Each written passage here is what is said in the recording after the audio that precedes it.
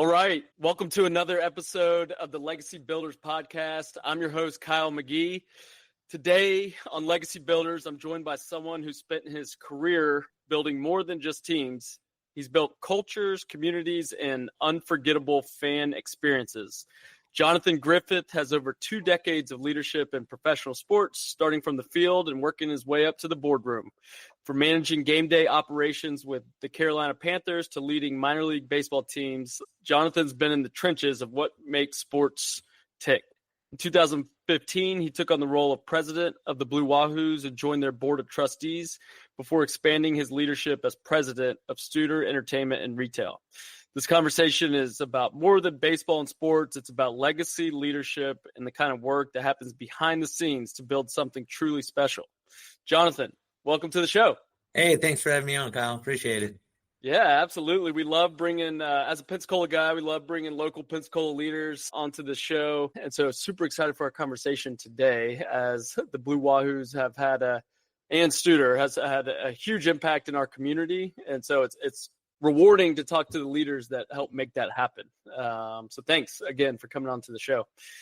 So the name of the show is called Legacy Builders, and I'm interested to kind of start the conversation on what does legacy mean to you personally, and how has that definition evolved over your career?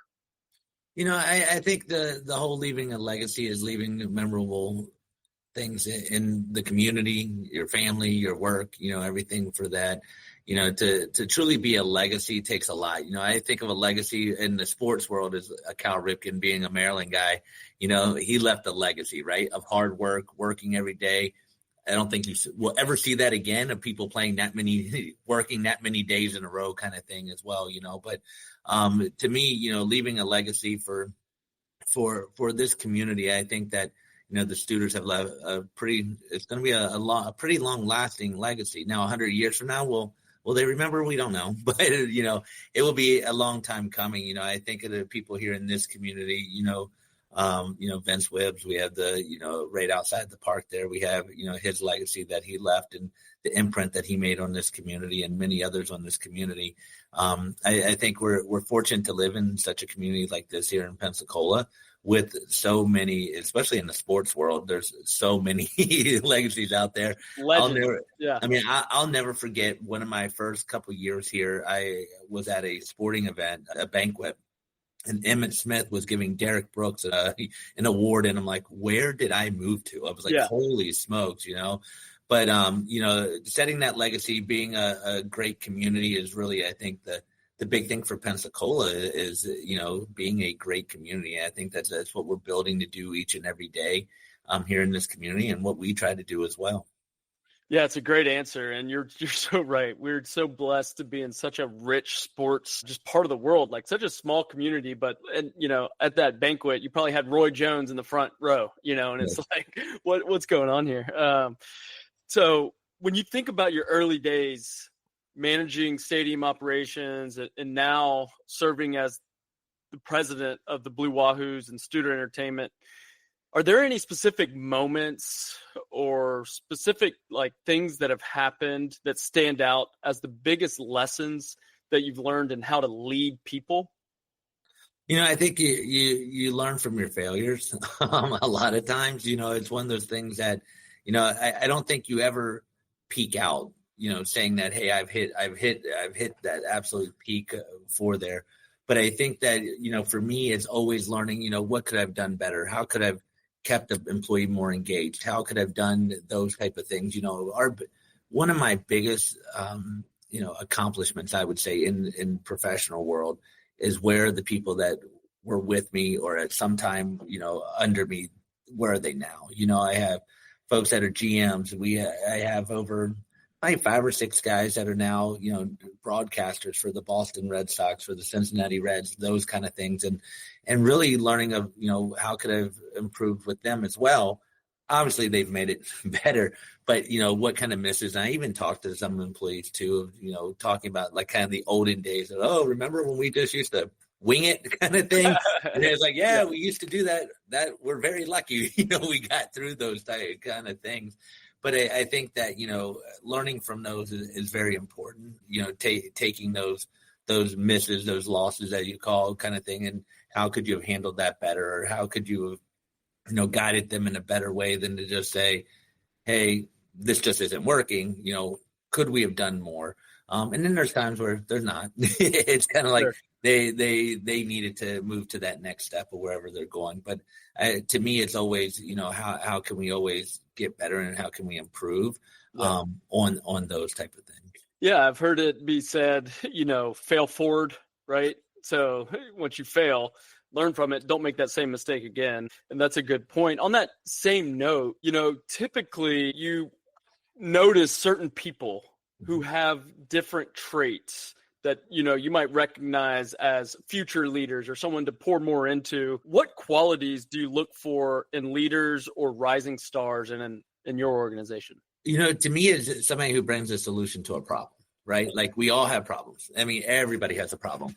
But what really stands out, and I can tell you just in my organization right now, we're kind of in that time of year of where are we going from here? We've had some turnover here with, we had our GM at the Wahoos has left to go be a president of a multi-organization. Awesome. Yeah. We had a group sales executive that left and went to go move back to her hometown. Awesome. So now it's kind of like, okay, well, who are we putting in those positions, and where are we going to go? And it's really looking at who's that problem solver, who's going to get it done, who's going to be that driver, than the person that's waiting for myself or another, team member to tell them what to do. Sure. I say it all the time. One, if you're in an organization and you have to apply for a position, you're probably not the right person for that position. And if I also have to call you a leader to be a leader, you're also not a leader, right? So it's one of those things that you should lead by example and pushing that. And that's what I look into my staff as well, is to make sure, what are they doing to get better? What are they, critical thinking? Are they coming up, or are they sitting there waiting for me to be like, here's A, here's B, here's C? I can tell them where we are, but I want them to come back with, here's some ideas, and even a bad idea is a good idea sometimes, Sure. So, yeah. So it's one that we really promote here to always think outside the box and try things. Will everything work? Absolutely not. But it's one that once you have failed, how could it have been better? I always use the example here too. We have not done it this year because of COVID changed a lot of stuff, as we all know, but we used to do all you can eat night at the ballpark. And with all you can eat was a huge failure at first because it was a lot of, cost of things.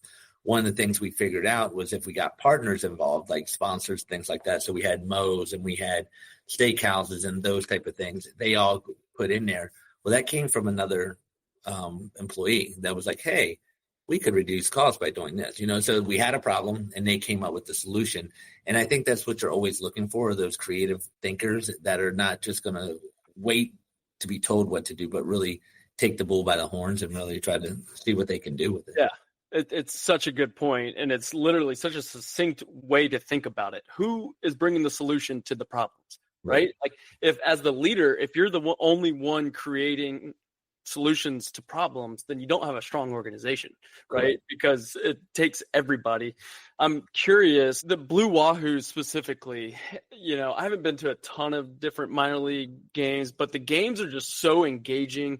Like, there's different things. You got the MC rolling around. You guys got all kinds of entertainment. It's more than baseball, right? Mm-hmm. And I think of like the Savannah Bananas, it's like, it's an entertainment factor to it. I just hosted my company in a client event out in the center field deck, and it was a Saturday, fortunately, and we had this amazing fireworks show at the end of it.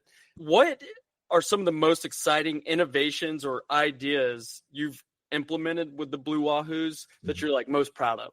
Well, I think going back to what you were talking about, we control the controllables, right? Like, we have no control over that baseball game, as much as compared to like the Bananas and stuff like that control the show. That's the part of the show we don't, because this part of the show, these guys are trying to make it to the major leagues, right? So, I would love for them to dance, but they're not going to dance for me. But it's for us is, those things that you were talking about controlling, what's the food look like? What's the entertainment look like? What's the fireworks look like? We're going to have a drone show this year. We're having those type of things. We're giving away a free car this year at a game, so those are controllables that we can really change and make happen, as well as, the giveaways and the fun things like that we do. So it's one that we're always trying to create an experience. And sometimes you try stuff and it doesn't work, and then sometimes you Forrest Gump it. And so, one of the moments we had was the cockroach run. I mean, if you've been to a game here in Pensacola, you know about the cockroach run. Oh, yeah. I mean, fans stay for we actually have it in the inning. We have it in because I know fans are going to stay for it. Yeah. So I can make more beer sales, right? So the kids are going to be here. They're not leaving. I mean, my kids are 11 and 9 right now, and they don't leave until they do the cockroach. It doesn't matter what happens.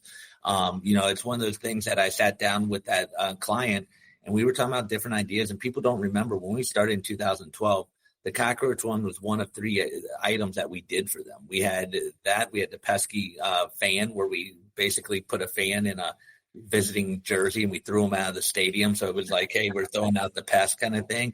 And then we had one where we threw little like bugs up in the air and the kids caught them with the net.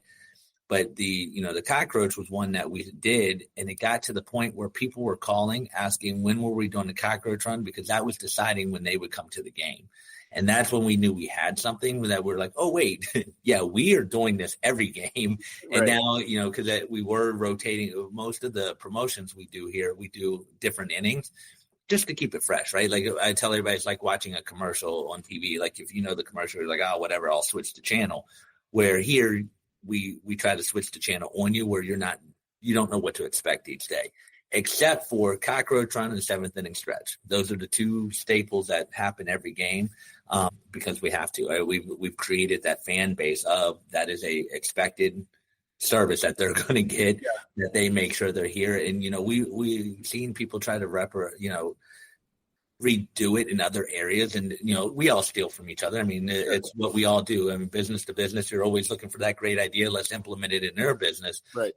But we have not seen anything else in the country quite like the cockroach run, as far as the want to be there, the intensity of the kid wanting to truly kill the cockroach kind of thing. I mean, it is one that has really caught fire, which is great. And it's a fun thing. And I mean, people around, all the umpires know, around the country of like, hey, when you go to Pensacola, it's going to be a show. We need to like stop the game because it's going to be crazy.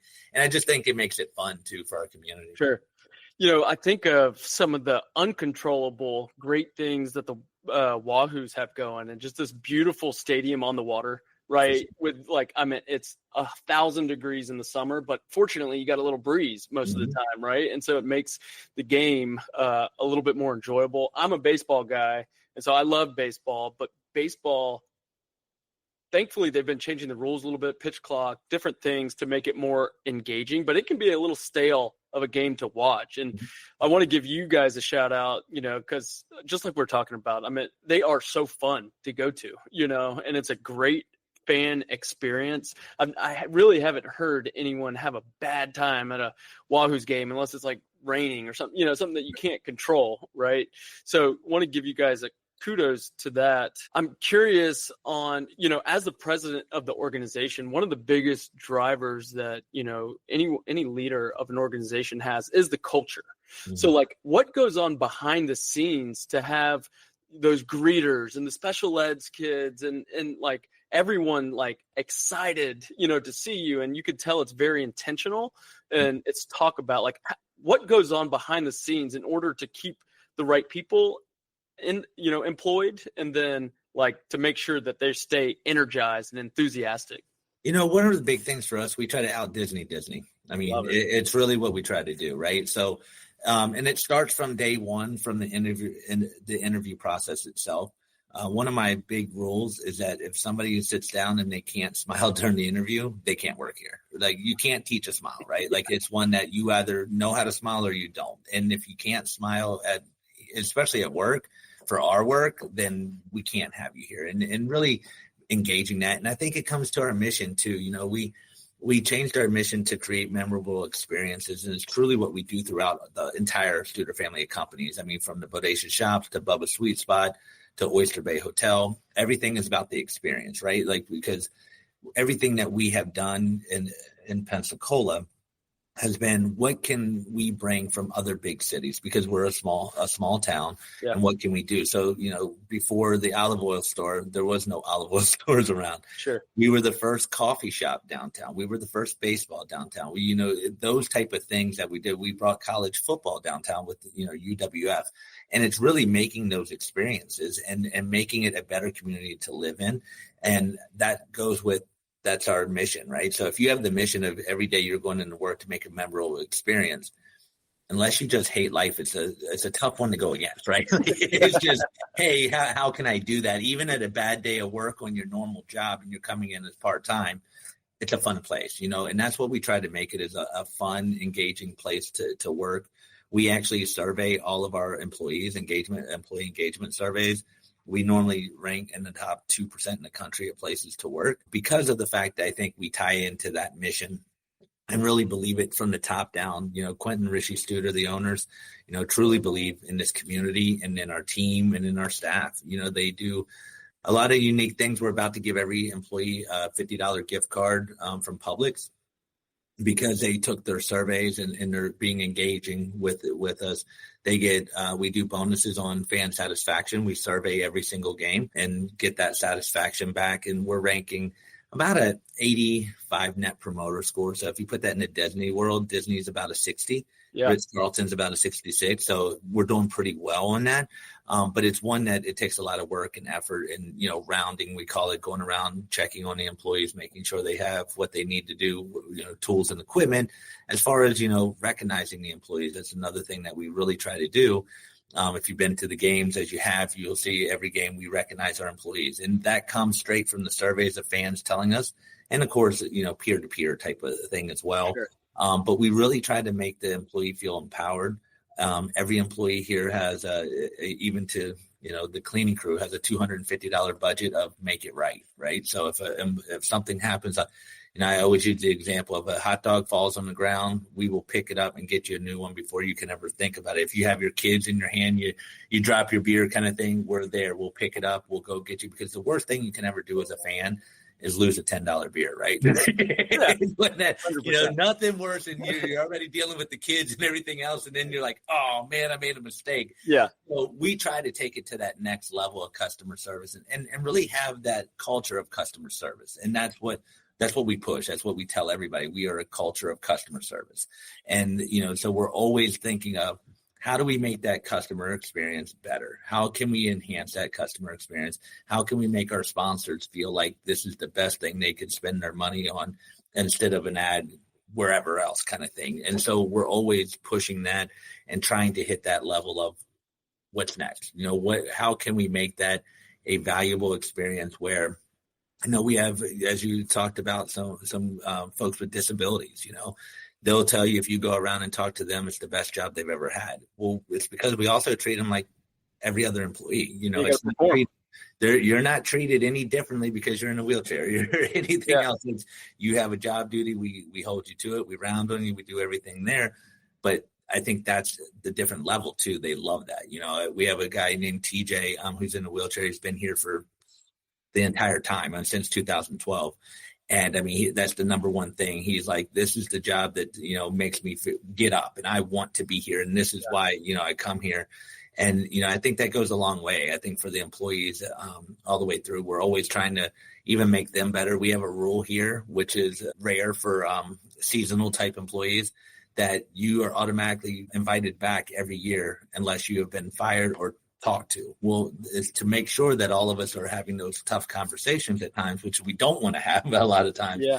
But having those on, are you showing up to work? Are you wearing your name tag? Are you greeting people? Are you doing those things? Because if you're doing everything right, we would love to have you back. But sometimes you get some younger managers that are like, well, we only got 2 more weeks. And then they'll be gone and I don't have to invite them back. So now we do it where you're invited back automatically. So unless you were told and you have an actual plan of, a discipline plan, you're coming back to the organization. I think that helps as well, where everybody knows where they stand, from part-time, full-time, wherever, because we have those conversations. We make them have mid-year conversations. We do the employee engagement surveys. We roll out the employee engagement surveys, which will be in a couple weeks, where we talk about where are we missing? Because you're never going to be 100%, right? So it's just kind of one of those things of, the tools and equipment are normally a thing that'll hit, and there'll be simple things like, hey, I'd like to have better towels to wipe off seats. Great, we can get those, Yep. And that's what we're always trying to do, is just try to make it a great working environment for our employees. Because as we know, if we have happy employees, we have happy customers spend more money, right? It's that whole cycle. Right. You just want to keep everybody happy and everybody have a great time. So. Yeah, no, it's good. And I hope the listeners are hearing what you're saying. Like, you don't get an 85 net promoter score by accident. Like, this takes relentless drive, intentional focus within the team, like getting the surveys, knowing, like, you don't know what you don't know, right? Until you ask. And then if you're asking your employees, you're much more likely to hear about those little bitty things, whether it's a towel or whatever it is, right? I'm curious, you've got, and I've shared this on the podcast before with previous guests, like just the role and how grateful we should be as a community to have people like the Studers, who have made a bunch of, been very blessed and fortunate in their own right and had a lot of business success, but they're investing right here in our community to make our community better. And I'm curious, I'm sure they are, but who were some other mentors or leaders that left the biggest legacy imprint on you? And what lessons do you still carry forward from them? I think I will tell you this, and not to because of where I work right now, but Quentin by far has been the most impactful for sure. His giving back to the community, things that he's done, the things that, Rick Alston just came out with the new book about right time, right timing, about building the stadium and everything and how it's helped the community itself. But I don't think many people realize the trials that Quentin Rishi went through for that. It's more than I would have ever done. I tell people all the time, he did very well for himself with the Studer Group, made the Studer Group here in Pensacola, sold for a large amount of money, and could have just been like, all right, I'm taking my winnings and going home with it. He could have put that money, invested it, and be millions upon millions richer, right? But that was never in their what they wanted for the community or, where they live and their family lives. And they have given everything back into this community.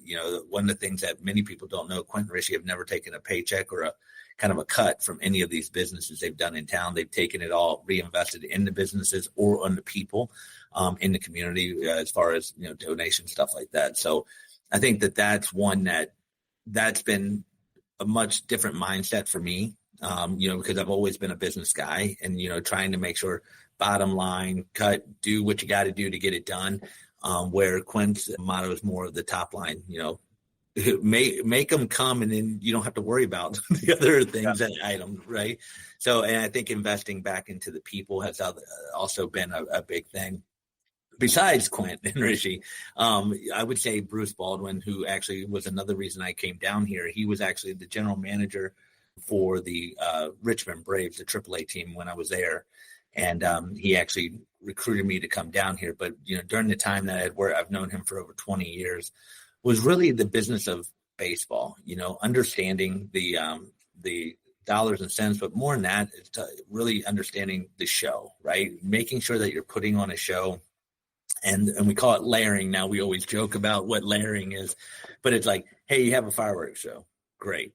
Now, what else can we do? All right, let's do a jersey, auction. All right, that's great. Now, what else? Oh, let's have, somebody being shot out of a cannon. Okay, well, now let's make sure we have a cockroach run. Now let's make, so we're that way. It's not just like, hey, we came to the game and, we saw a fireworks show. Well, we also saw a kid, fall down getting the cockroach. We saw the racing mascots run into each other and fall down. And, all of those different layers of things that we do, was really something he always pushed in the show. He was always about, simple things that are not so simple when it happens, but like not having the right guy up on the video board when he's hitting. You have somebody else. It just looks unprofessional. Even though you're in a minor league team, he always had my major league mindset, right? Like you're a minor league team, but it should be just like the majors. And that's something that has always stuck with me as well.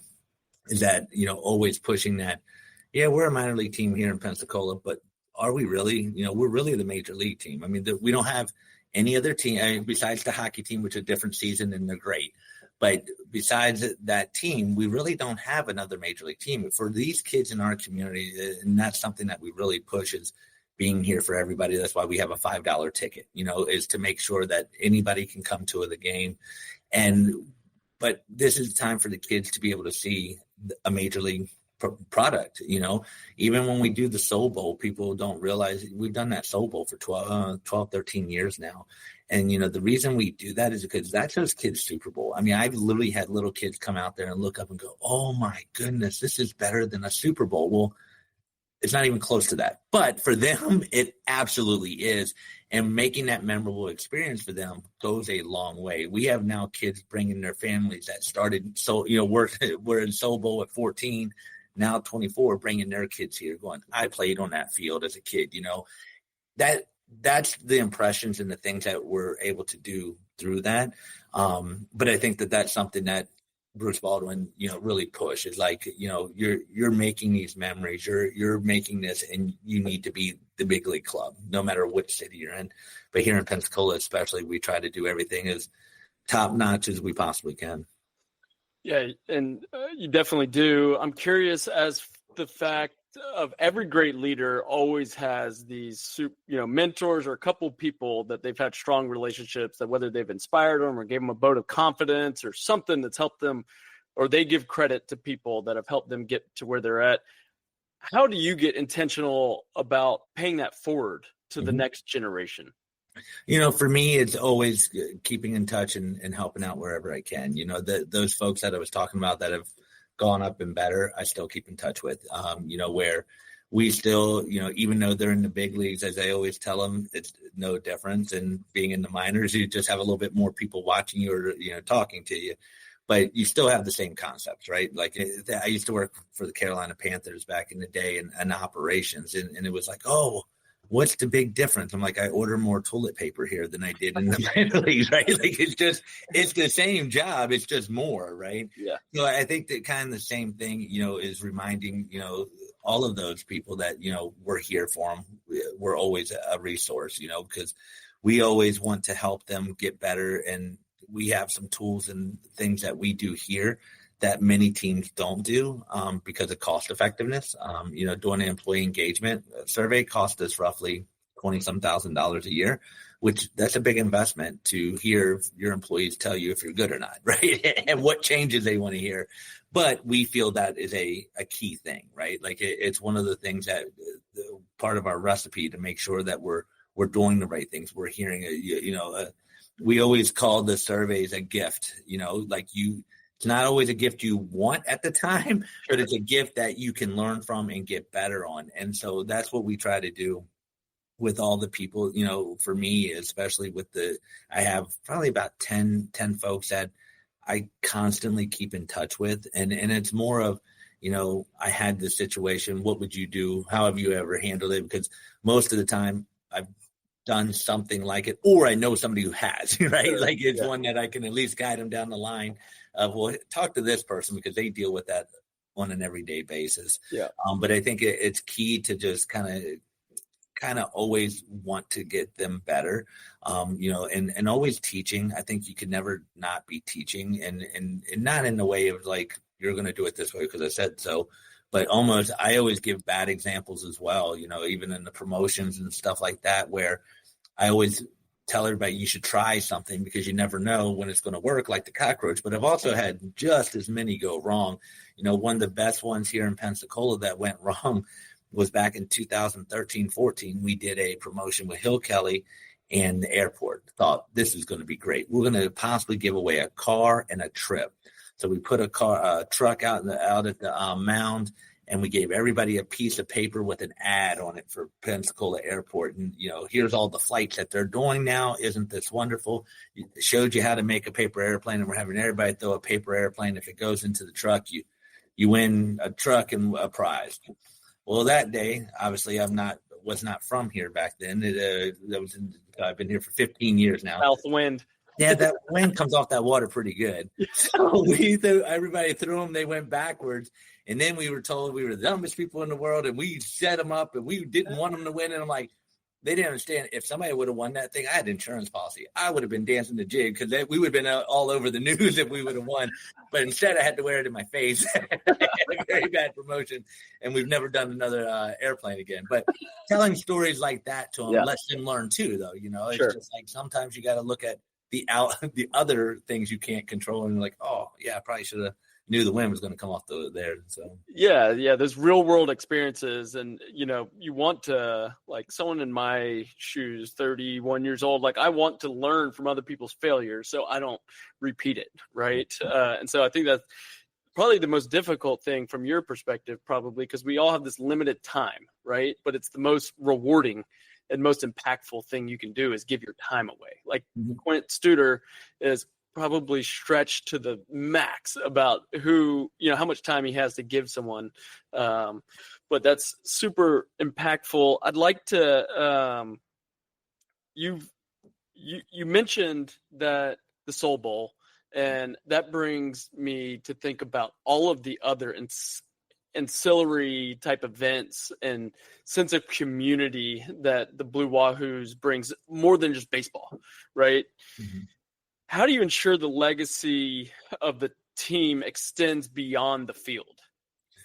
For us, again, going back to our mission, making memorable experiences, it's all about bringing people to the community in downtown, right? Because we feel if we get people to the stadium, that benefits all the restaurants. And if it benefits restaurants, then they need somewhere to stay. Then they need, it just compounds it just helps the community, right? So we feel the same way about events. And trying to get as many events. We do, wingings for the military here. We do, FSU has been here to play baseball. We've had Ohio State. We've had, more and more big schools and things like that. And our whole thing is, again, kind of like our whole business plan is, what can we bring to this community that says, hey, I want to live in this community? Because we have this makes living here a great place to live, having that thing to do. Because, when I first got here in 2010, the capacity of people in town was shrinking pretty significantly at that time. And it was because there was no jobs, nowhere to live, and no entertainment. I mean, there really is not much. It was the beach, and that's it. When I moved here in 2010, I had told my wife that we were coming here. We were living here for 2 years, and we were getting out of here fast because it's a cool beach. We can always live at the beach and fish for 2 years and then go to the next one. But then as I got here, the community has grown as well. And I think that the events are the same way. The different that we just did a 4th of July event here where we had a family day, clean bathrooms, inflatables, things like that. Not anything truly fancy, but we had over 4,000 people here to do that, and it's because we give them a center kind of thing, safe environment where you can bring your kids in and they're safe. We have security, we have all that kind of stuff. Soul Bowl is another one where, that's a community event that we give into the community. If we were doing true business, those don't make sense. Right? Those are not money-making things you do. Those are things you do because you believe in the community. And our goal is to, really make the community a better place. Yeah. And so we do those type of things. And then we have, weddings out here. I actually got married here at this field as well, so it's just stuff like that you do that just makes different experiences for people. And so the ball field has so many different meanings for so many different people.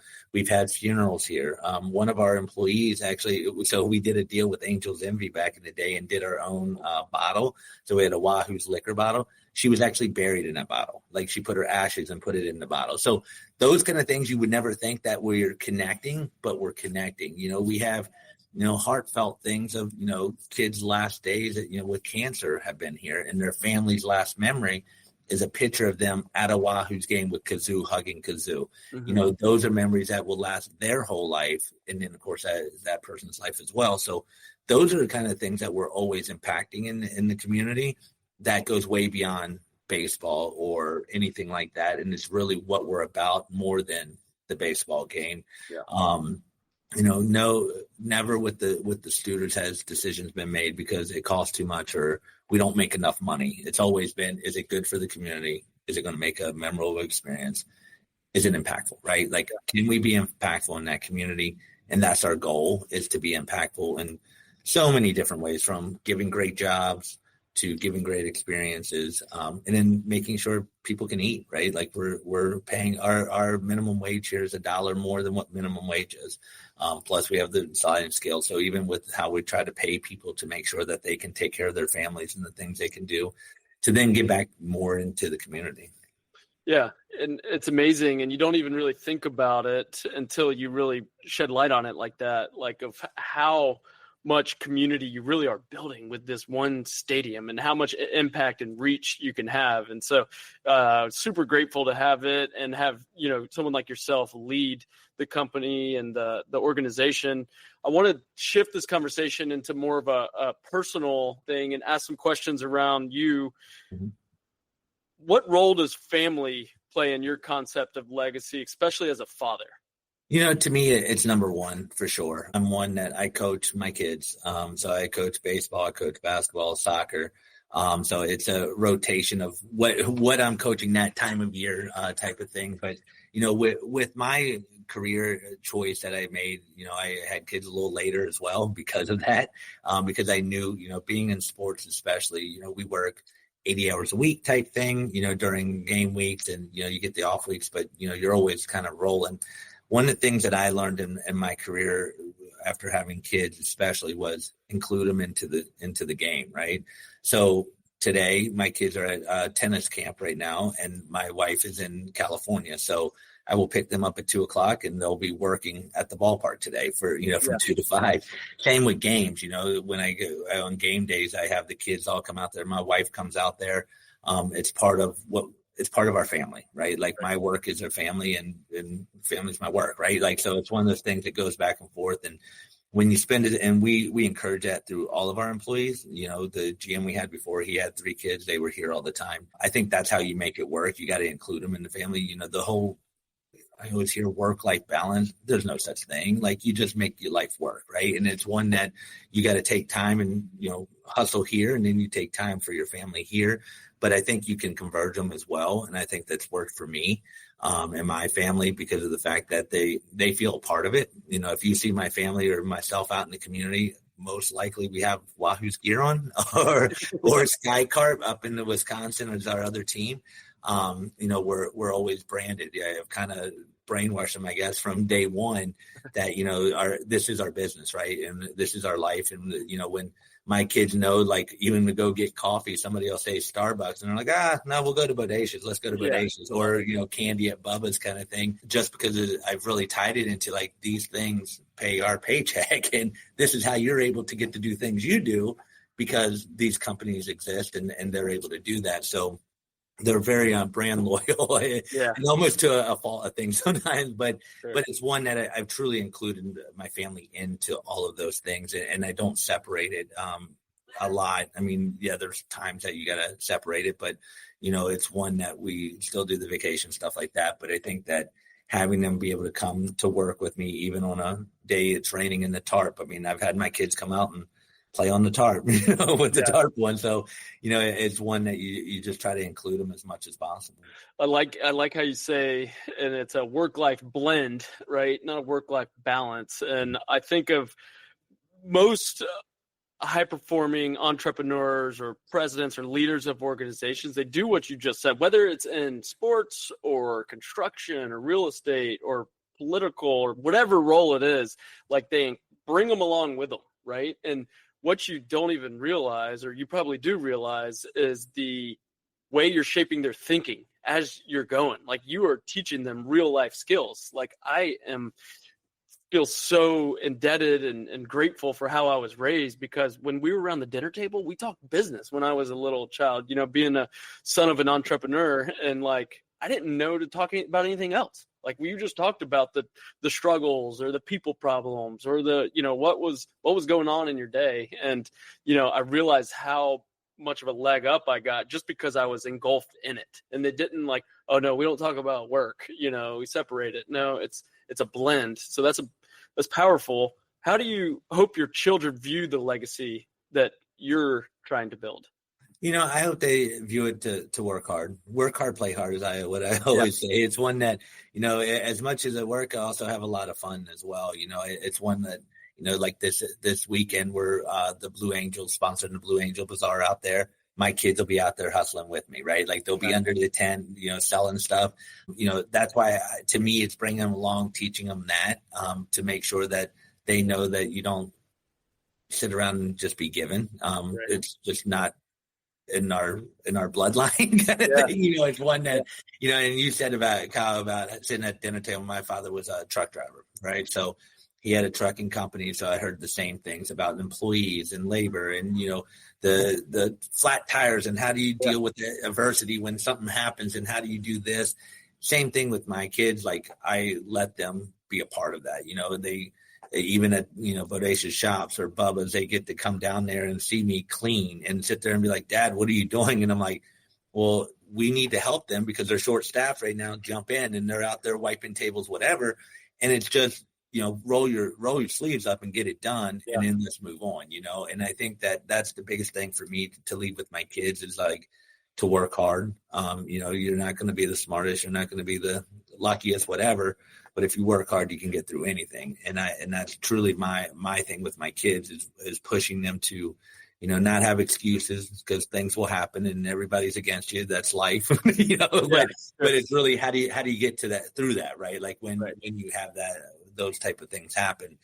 And that's truly what I feel with my kids is making sure that they understand that they need to work for what they get and take advantage of when you can take advantage of it. Well, Jonathan, being our first conversation, I knew within the first 5 minutes that was what you were about when you mentioned being a Baltimore guy, mentioned Cal Ripken and his work ethic and, playing through adversity and pain and like you can't teach that work ethic. It's something that has to be instilled in you and you've got to want it. Right. And so, but it's one of those invaluable things that like, once you've got it, it'll set you up for success above all your peers. If you want it bad enough and you have the work ethic. As leaders, we're always constantly growing. You've mentioned failing forward. What's something today that you're still striving to learn or improve in your leadership? I think communication is always number one for me. As much as I can think I over communicate, we do what we call rounding here, where we go around and talk with staff and find out what's going well and what kind of tools can they use, those type of things. But there's always misses, and then even in the way you communicate. I always use the example for me, those employee engagement things are great. Not when you first get the results, right? When you first get the results, you're like, who wrote that? Oh, I'm always right. There's no way I can be that. There's no way, right? Yeah. But then once you really take a self-reflection, hold up the mirror and really look at it, it's like, okay, what can I do better? And, communication for me, especially when I first got into like the Bodacious Shops, because that was more retail. I went from like managing a lot of managers and executives, that kind of thing, to like retail folks, right? Like the front line. And one of the things I realized, they don't read my emails. Like I email a lot, but I know now through doing my research, only about 40% of the people are reading my email. And so what I learned from that was, okay, well, I need multiple ways to touch these people. How do I do it? And what I heard at the shops especially was, well, we don't, these are 18, 20-year-old. Well, we don't read email. And I'm like, all right, well, what do you do? They're like, well, we check the schedule up on the communication board. I'm like, done. So I would have the managers there print out my emails and put them up there. And then they were reading them. Then my communication got better, right? So that was one of the things was in my head, I was communicating. I sent them all the information about this. I sent them about that. Yeah. But the whole thing is with communication, you can speak, but if you're not heard, are you communicating? No, you're just talking, right? So it's one that I've done a lot of work on that. But I especially with just the way times change. I mean, now we have with the group me thing that I'm on with them now. I'm on, and it's really as a leader, I feel like I have to go down to that, where they are, right? Like, so if it's, going and just physically talking to them or sending out an email, sending a text message, sending a group meet, sending, whatever, I'm doing a little bit of everything for different groups. And, and it's, at first I was frustrated by it. I would say that when I was first learning, getting employee feedback, it's like, they should just read my email and that's not the way the world works, right? Like you really have to get to their level and make sure that they're hearing you. And that's really been where we've gotten to, and, and that's helped a lot. And so we're just, that's where we are. Communication is number one for me. I think that's probably a never ending, like you said, like gonna get it down 100%. And a couple thoughts came to my mind when you were sharing that. Like I'd share with my team about communicating and communication, and I'm like you're doing, sending emails, talking to people, and then I get home and then my wife says something and I like make a bad comment and then it just goes right down the drain, and I'm like, golly, I've been harping on communication all day, writing about it, talking about it. And then I got home and I was the worst communicator I possibly was.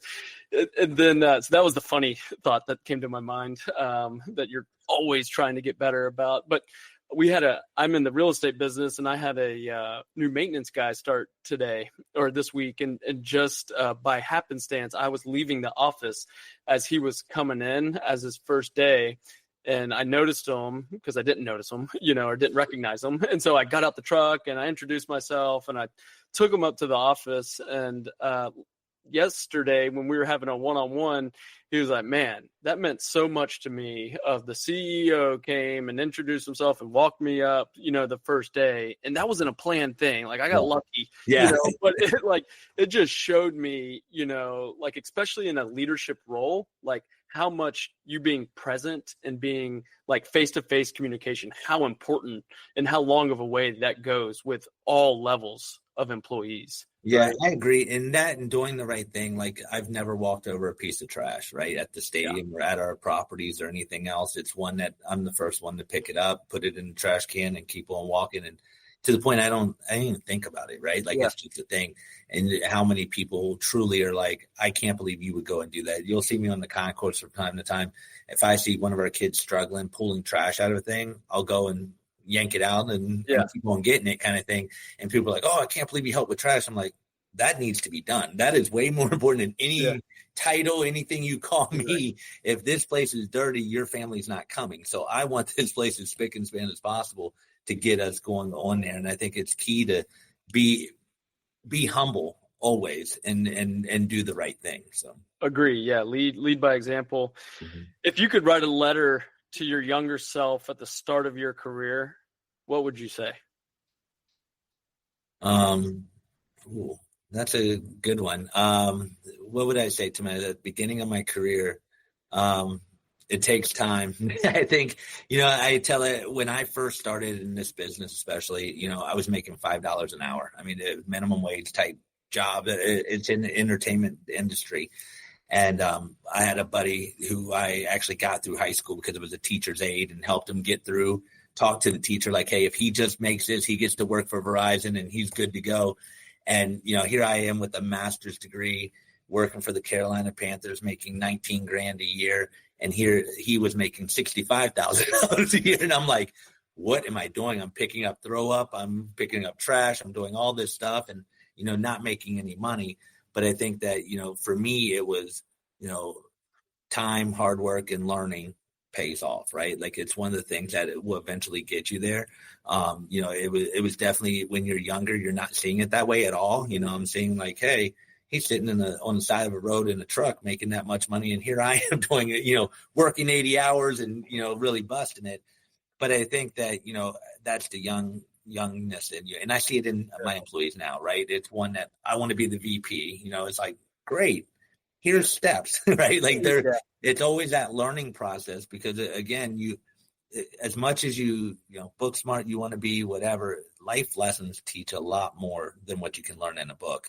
And it's one that, the more you go and the more you learn and the more you deal with people, learning people is the toughest thing of everybody's job. I tell everybody more money means more problems, which normally means more people, right? Yeah. And so, when we have big events, we have more problems. You have 5,000 people in the building, you're going to have more problems than you do when you have 100 people.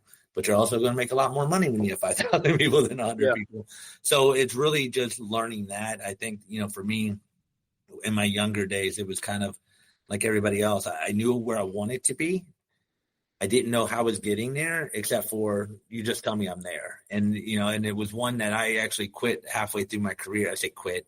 I restarted my career, not for money, but to go learn. And I was told that I needed to learn how to sell because operationally I was pretty good, but I didn't know how to sell at all. And so I literally quit my job and went to a lower team. And in Kinston, North Carolina, that you had mentioned earlier, it's a town of, I think, 15,000 people. I mean, you're talking to the guy from the Maryland, D.C. area, and I went to that, and I was like, oh, my. Like, where am I? Mayberry had nothing on the place, you know? And so it was one that we, I learned how to sell, though, and kind of had to recreate myself and do that. And, those kind of life lessons, you don't know you're going to do that when you're first starting your career. In your career, you're like, I went to school. I'm ready to go. Everybody told me I'm smart. And it's like, no, you're not. It was like you have so much more to learn down these roads that you're going down. So. Yeah, no, it's great advice. And it's good for, any young person out there, including myself, I have to constantly remind myself, like, dude, this is a long-term game, right? Like take massive action every day, right? But like, give yourself some time, like it does take time, right? People come into your life, different opportunities show up, but be prepared, but give yourself the grace to give yourself a little time. I was talking to a guy on my team today, 24 years old. And like, again, wants to take on the world and, but doesn't have a clue of what's going on. And it's like, hey, we got to learn, right? And how do you learn? You learn by doing, and you're not expected to know it all by next week. Right? Like you're going to learn new things. So really astute advice. Well, Jonathan, this has been a great conversation. I'm super grateful that you took on the time, and I know somebody out there got something out of it. If someone wanted to reach out to you directly, how could they get a hold of you? Yeah, my cell number is 850-356-3898. And then my email is jgriffith@bluewahoos.com. And as you know, Kyle, we put my cell phone number up on every game. So I get plenty of text messages and unique ideas. Hopefully you got two phones. Right. No, just the one. I only one. So, yeah. Oh, I love that. I love that move. That's bold, but I love it. Well, we'll put his email and cell phone, I guess, in the show notes. And again, thank you. And that's it for today's episode of Legacy Builders. Remember, what you build today becomes someone's foundation tomorrow. Go out there, lead with purpose, and don't just chase success. Build something that lasts. Until next time, keep building.